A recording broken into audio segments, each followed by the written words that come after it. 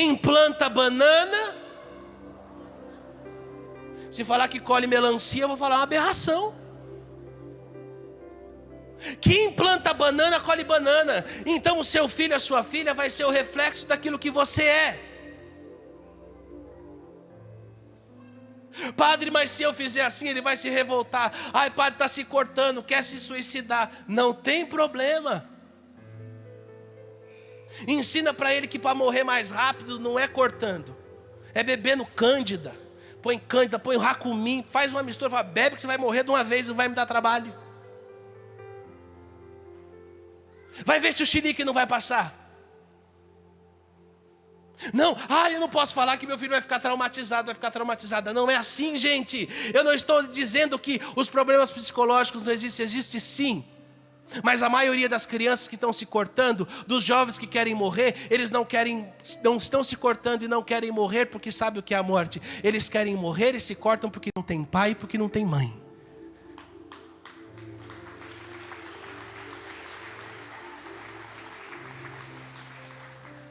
E por que eu digo que não tem? Porque o pai nunca tem tempo para ele.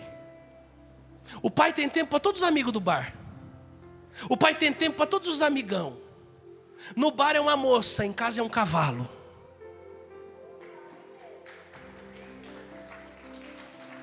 A mesma coisa as mulheres. Tem tempo para as comadres, tem tempo para as fofocas, mas não tem tempo de ficar com a filha, ensinar a filha a fazer uma comida.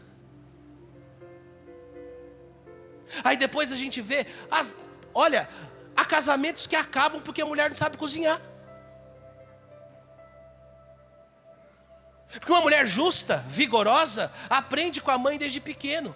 E olha, não é só mulher não, porque quando a gente tem educação séria, a gente aprende de pequeno. Com 9 anos de idade eu sabia cozinhar, já sabia lavar um banheiro, limpar a casa e passar minha roupa. Porque minha mãe falou assim, quando você casar, eu não quero que sua mulher ache que você tinha uma mãe porca. E mamãe está em casa me assistindo? Tá, mamãe que não me deixa mentir? Então quando eu cheguei no seminário eu não tive problema de adaptação, padre. Porque eu aprendi em casa que quem não arruma a cama não é um homem direito. E olha como eu fiquei feliz quando eu fui em Betânia. Um abraço a todos os filhos de Betânia, Padre Vicente, meus irmãos, Padre Érito, Padre Lúcio. Quando cheguei no memorial do Padre Léo, a primeira coisa que vi lá no quartinho dele, tinha uma frase que eu levei para o resto da vida, dentro do meu coração. E todo dia quando eu levanto, eu lembro dessa frase. E o Padre Léo dizia assim, quem arruma a cama, arruma a vida. Então eu não deixo minha cama bagunçada. Eu estico minha cama. Porque eu quero que a minha vida seja como a minha cama esticada. Eu não quero que a minha vida seja uma bagunça. Se você quer levar sua família para o céu, você precisa ser um homem e uma mulher de oração. E aqui eu encerro a minha pregação com o meu testemunho. Porque quando vocês me veem aqui, pregando, falando, cantando, nas redes sociais, quem me acompanha de casa, acha que a minha vida foi assim. Começou já uma beleza, já nasci de batina rezando em línguas. Não, não foi assim. Primeiro que estou aqui por milagre de Deus. Porque mamãe namorou com meu pai durante 4 anos. E quando estavam prestes a casar, mamãe descobriu que meu pai tinha uma outra mulher nas mesmas condições que ela. Então papai disse para mamãe, faça um aborto. E mamãe foi fazer o aborto. Tomou vacina, tomou garrafada, tomou buchinha do norte, tomou canela em pau, mas nada acontecia com a criança. Porque o que Deus escreve o homem não rabisca e o diabo não apaga.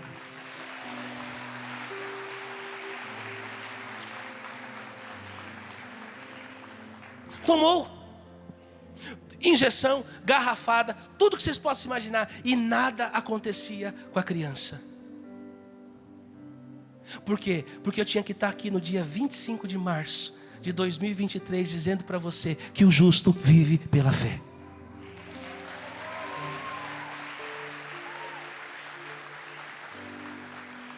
Bom, já que nada acontecia com a criança, quando o médico descobriu que mamãe foi, depois de ser descoberta, porque mamãe escondeu a gravidez até o 6º mês. Até o 6º mês mamãe usava roupa larga, cinta, para ninguém desconfiar que ela estava grávida. Mas um dia a vovó entrou no quarto e descobriu. E quando mamãe foi fazer acompanhamento médico, e o médico soube do que mamãe tinha feito, o médico disse: essa criança não vai nascer normal. Eu acho que eu sou mais ou menos.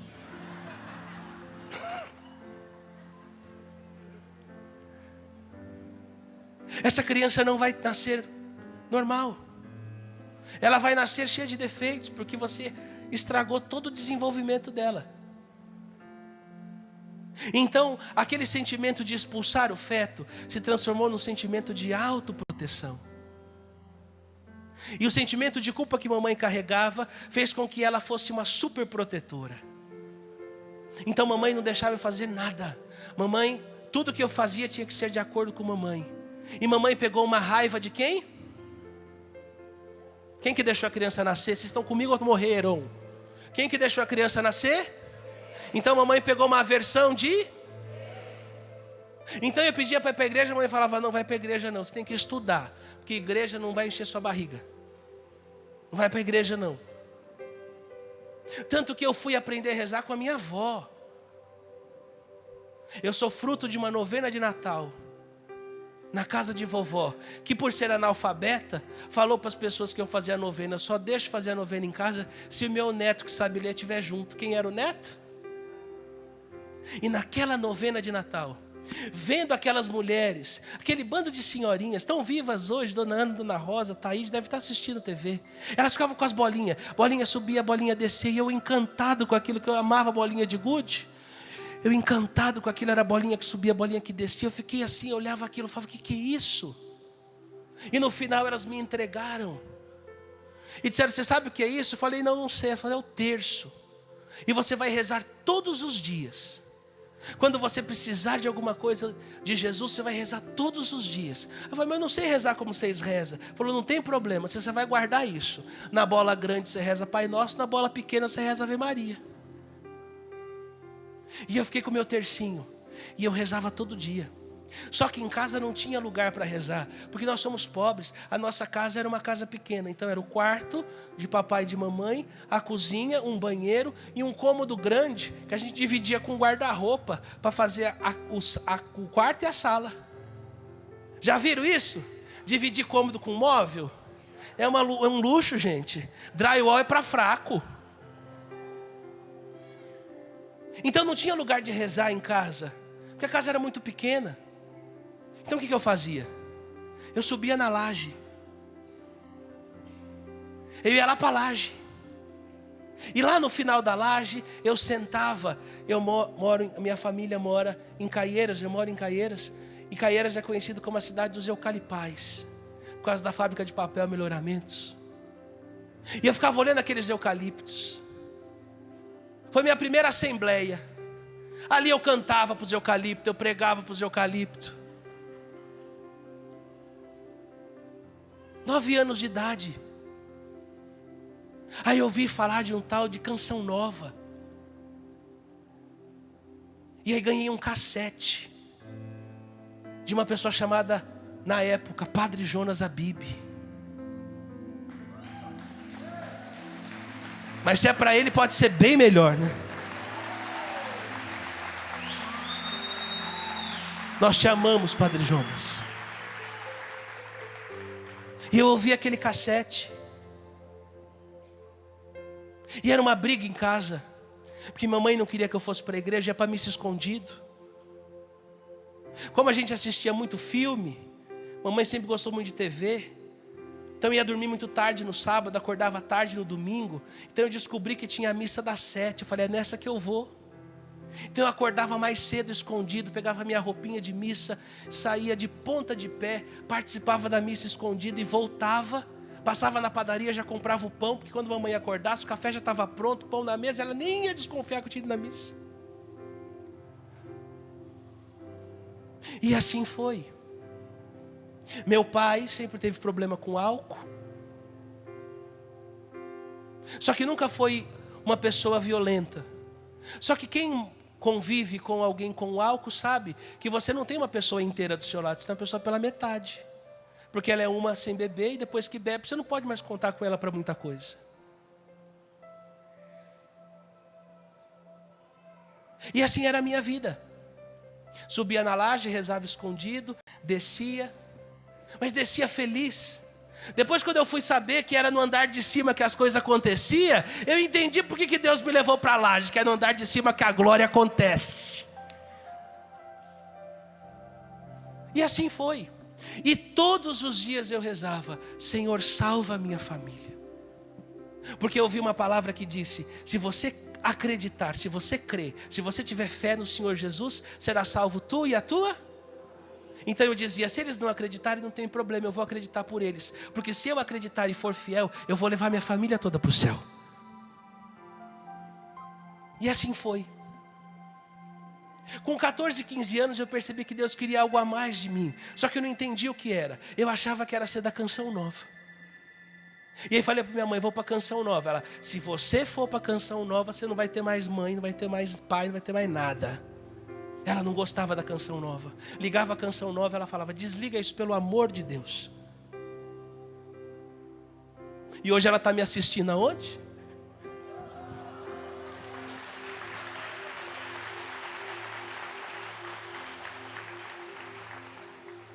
Então era uma dificuldade, meus filhos. Mas havia algo dentro do meu coração: o justo vive pela fé. E eu não desisti. E decidi então ir para o seminário. Depois de muito lutar contra a vocação, muito lutar contra Deus, porque eu achava que eu nunca teria. Meu Deus, como que eu vou ser padre? Eu olhava para mim, olhava para as minhas misérias, porque ninguém tinha me falado que ninguém é padre porque merece, a gente é padre por misericórdia, por graça. Tanto que o lema da minha ordenação é esse. O lema da minha ordenação não é esses lemas bonitos, não. Meu lema da minha ordenação é: pela graça de Deus, eu sou o que sou. Porque por mim mesmo eu não estaria aqui. E sempre rezando. E quanto mais eu rezava, mais papai bebia, mais mamãe gritava, mais minha irmã chorava. E quanto mais eu rezava, mais a minha família virava de ponta cabeça. Mas dentro de mim havia uma convicção: se eu for perseverante até o fim, eu vou levar a minha família para o céu. Fui entrar no seminário, mamãe não queria. Mamãe brigou comigo, não queria saber de que eu fosse para o seminário. Passei 4 anos no seminário sem receber uma visita da minha família. E o padre está aqui, que é reitor, sabe, né? Sempre tem almoço de família, convivência de família em casa, não no seminário. E, olha, nos primeiros anos, eu esgotei todas as possibilidades de desculpa. Matei todo mundo em casa, morria a avó, morria, para dizer por que eles não estavam indo lá. Aí depois que eu tinha matado todo mundo, já não tinha mais o que dar desculpa, né? Aí disse: não, eles não vêm, não gostam. Mamãe foi me visitar no seminário. Quando eu fui fazer a formatura da filosofia, teve um almoço de família e mamãe foi no seminário me visitar. Quando eu fui para a teologia, que mamãe viu que eu ia mesmo encaminhar, sabe o que mamãe fazia? Ela ligava para minhas ex-namoradas e falava assim: a culpa é de vocês que não fizeram o serviço direito.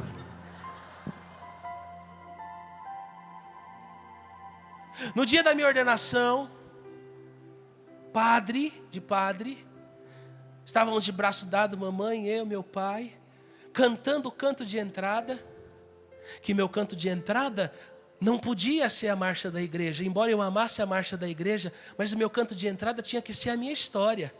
Um canto que eu aprendi aqui, que dizia assim: vem Espírito de Deus, vem Espírito Santo,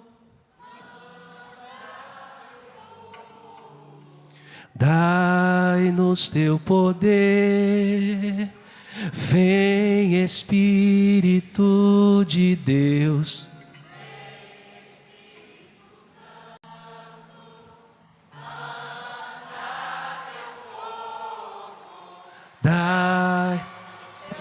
Imagina a igreja toda lotada, sábado à tarde, cantando isso, um monte de gente, padre, bispo, e mamãe no meu ouvido: você tem certeza que é isso que você quer para a sua vida? Se você quiser mudar de coisa, não tem problema, a festa já está paga, está tudo pago, eu vou lá, converso com o homem do chapéu, com o bispo, resolvo, te levo para casa. E eu disse, não, é isso mesmo, mamãe. E vamos entrar. E parece que aquele dia, eu não estava entrando para a minha ordenação, padre. Eu estava entrando no céu.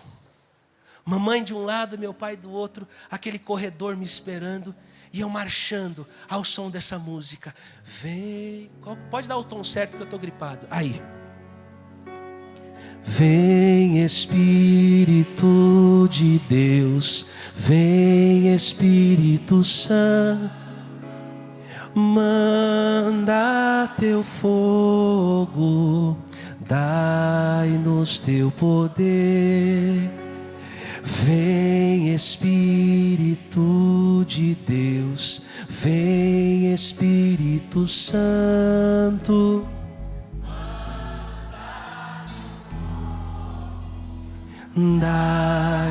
E eu ia entrando, ouvindo as pessoas cantando aquilo, mamãe e meu pai do meu lado, eu dizia isso, é isso. É isso, Espírito Santo, eu não posso voltar atrás, eu não posso retroceder. Mamãe e papai ainda não eram de igreja, mas eu não podia voltar atrás, eu precisava ir até o fim. E na hora em que eu me prostrei no chão, naquela ladainha, eu estava certo de que ali tinha morrido um projeto de vida, de que ali havia morrido um homem e se levantaria um sacerdote. E enquanto a ladainha era cantada, eu chorava, ficou uma poça de lágrima. E no momento em que eu me levantei, eu comecei a ouvir o choro de mamãe. O bispo ungiu as minhas mãos, amarrou as minhas mãos, e eu fui na direção de mamãe e de papai para dar a primeira bênção. E mamãe olhava para mim, meu pai olhava para mim, ela chorava. Na hora que ela desatou a minha mão, ela deu um grito dentro daquela igreja que todo mundo ouviu, mas foi um grito tão forte, foi um grito tão alto, um grito tão poderoso. E depois ela disse para mim assim: naquele momento eu tive a mesma sensação do dia em que você nasceu. E ali eu entendi que você não era meu. Por isso que eu não consegui acabar com você, porque você não era meu. E por isso que eu lutei contra a igreja todos esses anos, porque eu sabia que um dia a igreja, Deus iria pedir de volta aquilo que era dele. E então veio a pandemia. Mamãe, papai vieram morar comigo, porque minha avó tem 90 anos, não podia ser submetida ao risco. Tive que dispensar minha funcionária, porque a nossa paróquia, graças a Deus, é muito humilde. Mamãe e papai vieram morar comigo, com a minha irmã, não por luxo, por necessidade. Só que eu moro numa casa paroquial. E na casa paroquial, qual que é o ritmo de vida que tem lá? Oração, missa, rosário. Quem que teve que aprender a acender turíbulo? Mamãe. Quem que teve que aprender a bater sino na hora da missa? Mamãe, papai e irmã. Hoje mamãe é a melhor acólita que meus acólitos. Então eles rezavam. E neste período foi sendo gestado este projeto, que é mais do que um livro, é um projeto. Famílias em ordem de batalha. Salve sua família de joelhos. E esse livro foi sendo gestado, esse projeto foi sendo gestado nesse período. Terminou a pandemia, voltou à missão, porque o padre é também missionário. E quando eu recebi o primeiro exemplar, o mostruário, eu caí na besteira de dar para a mamãe. Porque mamãe podia ser uma mulher não muito de igreja, mas uma coisa que a mamãe sempre foi verdadeira. Entreguei para a mamãe e esqueci. Vida de missão, paróquia, tanta coisa na cabeça. Um belo de um dia, estou chegando da missão, estou indo para o meu quarto, e eu consegui, por graça de Deus, que o bispo liberasse que eu tivesse capela do Santíssimo em casa. E quando eu estou subindo a escada, quem que está ajoelhada diante da capela do Santíssimo? Mamãe. Eu olhei aquilo, dei um passo para trás e falei: meu Deus, o que é isso? Mas não quis atrapalhar o projeto de Deus. Pulei mamãe, entrei no quarto como se nada tivesse acontecido e liguei para minha cúmplice. Quem é minha cúmplice? Minha irmã. Preciso te falar uma coisa, acabei de ver uma cena que me deixou muito preocupado. Ela falou, eu também precisava falar com você. Falou, o que você viu? Eu falei, mamãe de joelhos diante do Santíssimo. Minha irmã falou assim, eu queria te falar fazia alguns dias, mas você estava em missão, não quis atrapalhar. Será que mamãe vai morrer? E eu disse que vai, a gente só não sabe quando. E um belo de um dia a mamãe me chama e diz assim, não bastasse você ter vencido aquelas coisas todas e nascido, não bastasse você ter me desafiado e se tornado padre sem minha vontade, você teve que escrever um livro para mostrar que eu estava fazendo tudo errado. Porque nesses anos todos, eu achei que eu fosse salvar vocês, que eu fosse salvar nossa casa na força do grito. Mas aqui eu li que não é na força do grito que se leva uma família para o céu, é na força dos joelhos. E aqui eu ouvi, eu sou católica, eu fiz crisma, eu fiz tudo, mas nunca ninguém me ensinou o que era adoração. E aqui você disse que a adoração não é para os santos, é para os pecadores, que a adoração é uma troca de olhares, que eu não preciso dizer nada, é só me ajoelhar diante dele, eu olho para ele, ele olha para mim, e ali ele vai sabendo de tudo que eu tenho dentro do meu coração, e eu posso falar o que eu quiser para ele, e eu não sei, mas desde que eu li isso, eu não consigo deixar de ir lá, eu tenho que ir lá todo dia, porque eu tenho muitas coisas para falar para ele, e o que está me assustando, porque o que eu estou pedindo ele está fazendo.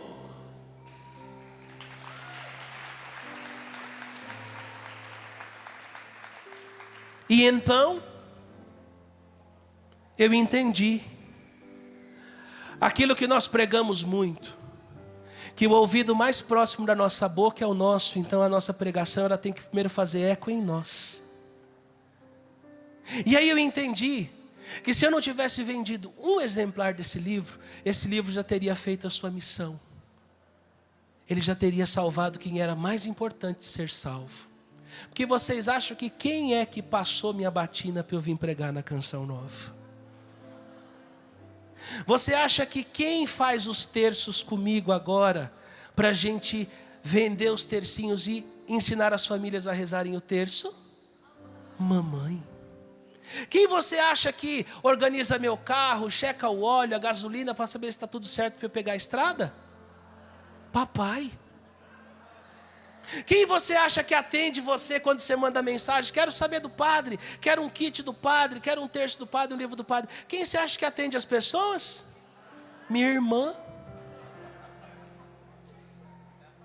Depois de 26 anos, depois de 5 anos de padre, eu posso dizer para vocês, eu e minha casa servimos ao Senhor.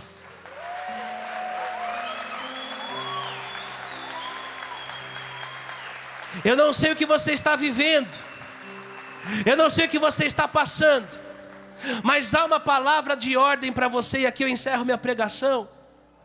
Eu não sei o que você está vivendo, não sei o que você está passando, mas a palavra diz, não somos de perder o ânimo para a nossa ruína, somos de manter a fé para a nossa salvação, e em nome de Jesus fica de pé. E eu digo para você, não desista da sua casa, não desista da sua família, lute, vai chorar, vai sangrar, vai doer. Nesses quase 25 anos, 26, rezando pela minha casa, eu pensei em desistir muitas vezes. Eu vi as famílias sendo curadas, eu rezava e acontecia coisa da família dos outros e da minha não acontecia, mas eu persisti, e hoje eu posso dizer, não desista da sua casa. Famílias em ordem de batalha, salve sua família de joelhos. E eu tenho recebido muitos testemunhos, porque não é só um livro de instrução, aqui tem um roteiro de 40 dias, para você rezar pela sua casa e pela sua família. Eu tenho recebido muitos testemunhos, e eu partilho o último agora com vocês, para a gente rezar. Um senhor me procurou na internet e disse, olha padre, eu peguei o livro, meio descrente, porque eu já tinha feito tudo pela minha casa, e comecei a fazer os 40 dias de oração. O senhor não imagina o que começou a acontecer em casa. Começou uma confusão, uma brigaiada, mas eu não desisti. E o senhor não imagina, depois do 40º dia, Quando eu cheguei no 40º dia, eu rezei. Naquele dia, sem explicação, a minha esposa me procurou. Foi levantada uma bandeira de paz em casa, a reconciliação aconteceu e o nosso casamento está salvo.